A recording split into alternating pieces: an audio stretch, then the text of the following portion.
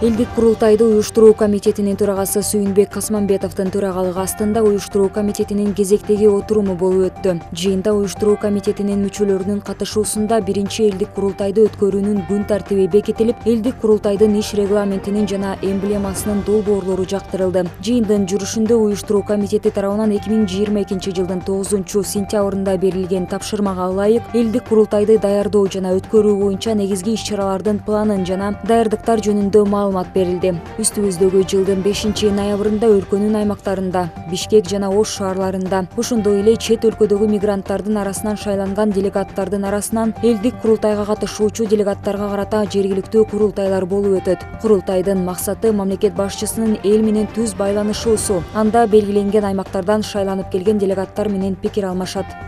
Президент дагы, курултайдын концепциясы дагы бул Кыргыз мамлекетине президент менен элдин түз баарлашуусу, ар бир айылдын өкүлү менен байланышып атат президент.